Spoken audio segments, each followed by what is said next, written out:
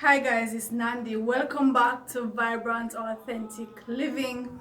I thought I'd talk to you about my hair, my locks. How did I come to be wearing locks? Well, I've always loved locks. The closest person, when I was growing up, the closest person to me who had locks was my uncle. And he was a Rastafarian, still is, yes, and we were pretty close. We had a special bond. And with my growing up, I would start developing much interest in Africa, Afrocentricity. And in the Caribbean, the closest link that you make to Afrocentricity is Rastafari. So growing up, I would be going around interviewing Rasta men. Anytime I see a Rasta man on the road, I would interview him, or if I saw a Rasta woman, likewise. But it usually ran into men. And so I tied all of that together, and I just became so fascinated with locks. I love the texture of it. I love the look of it. The whole feel, the whole vibes of it. It just looks so authentic and it looks so powerful, and I always said I want to have locks. But I went through a period when I was 18, 19 where my fascination became very low cut hair. I guess because I was looking at images of the Maasai, I was looking at the Twa, I was looking at some of these other people from the African continent, many of whom had low cut hair, and I became fascinated with that. And so I cut off all my hair when I was about 19. I cut my hair. Also, as a black woman who growing up in the Caribbean, colorism is very strong, and so as a lighter skinned black woman, you would be looked on as if people would tell you have better hair, you have better skin, even though you wouldn't necessarily feel that way, because I always loved ebony skin, chocolate skin, and the coarser texture hair. But the children would always be playing in my hair because they were saying I am mixed, and I don't know what they thought I was mixed with. But to them, the texture hair that I had was better than the hair that they had. And most of the children were darker skin and coarser texture hair, right? So coming into Afrocentricity is like, and this is what I noticed with a lot of lighter skinned, black conscious men and women, it's almost like it's a part of the coming into being, like declaring yourself that they would do something more drastic to assert that Afrocentricity is within yourself. You feel sure, you are black, you have no issue with being black, but it's almost a way of saying to the rest of the world, this is definitively what I am. Right, so I noticed a lot of lighter skinned, very black conscious persons would either go afro with a big afro, or they would cut off all the hair, or they would have locks, as a way of, it's like you're trying to negate the so-called good hair that you are said to have been born with, right? So I went through that stage, cut off all my hair.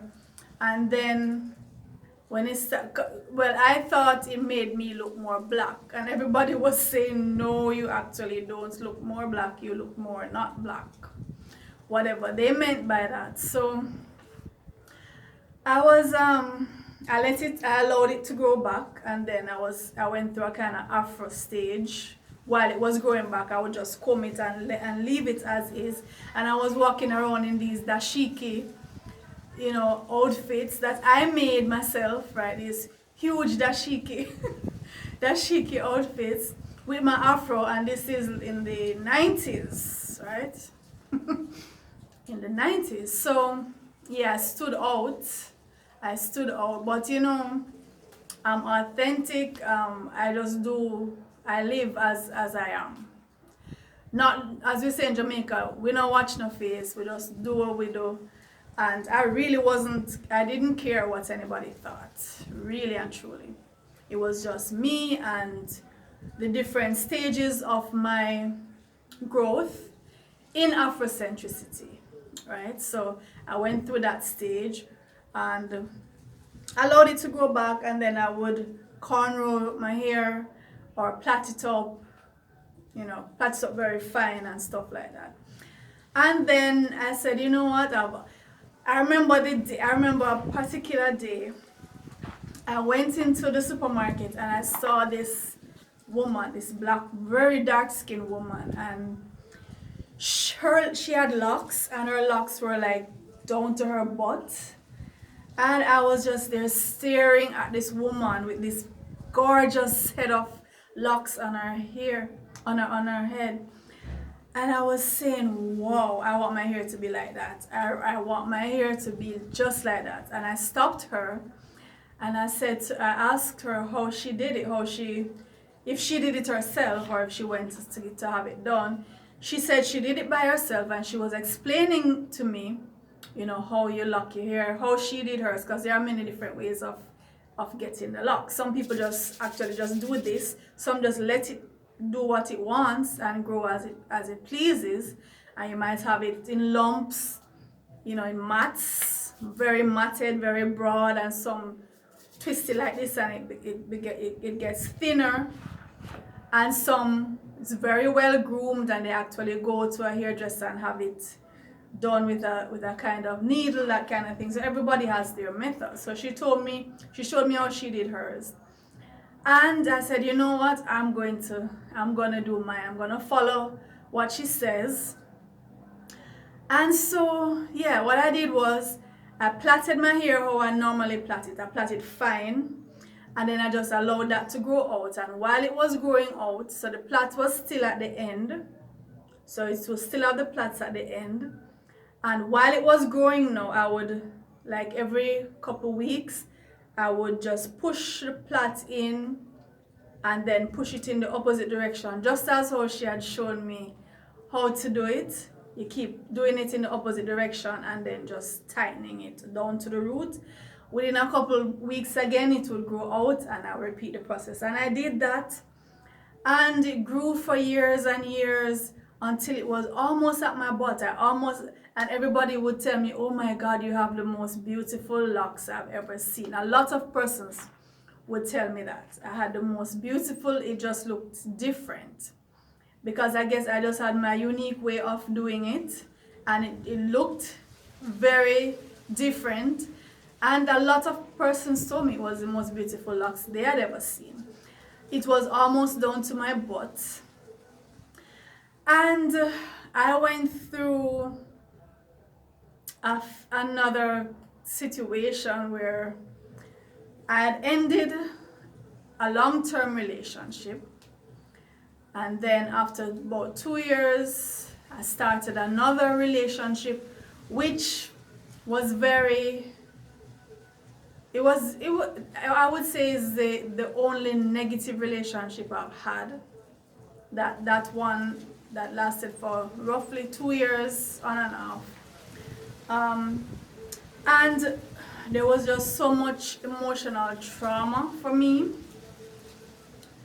that I felt as if all of that was intertwined in my locks. For some reason, I just felt like all the things I'd gone through with that person, the crying, the misery, the just frustration and whatever, I felt like it was just entangled, on a spiritual level, entangled in it. And I decided to cut my hair.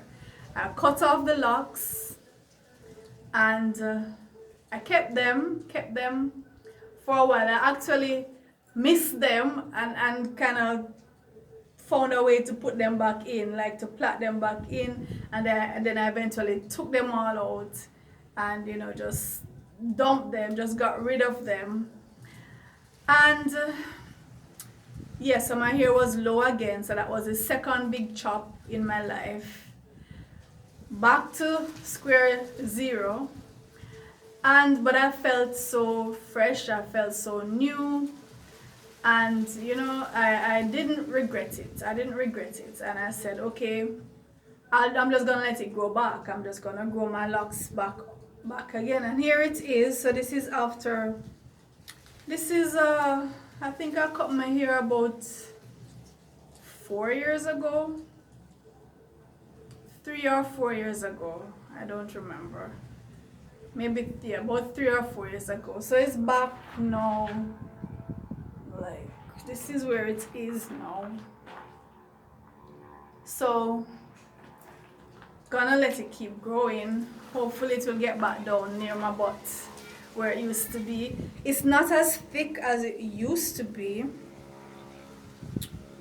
My first locks was much thicker than this,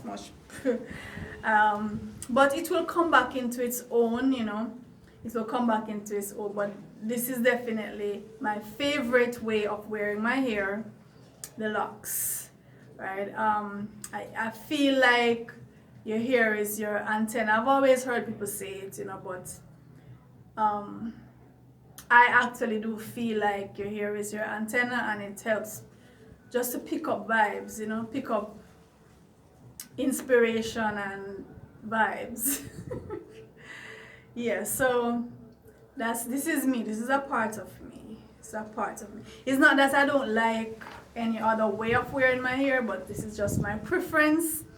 Right, so maybe in time to come I might feel like doing another big chop and doing something else. Maybe I'll be at a different stage, different feelings, whatever.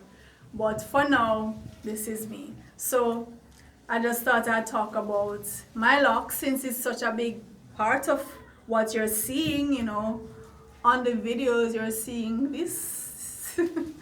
So that's the reason for it. Alright, so catch me another time. I'll catch you. So see you.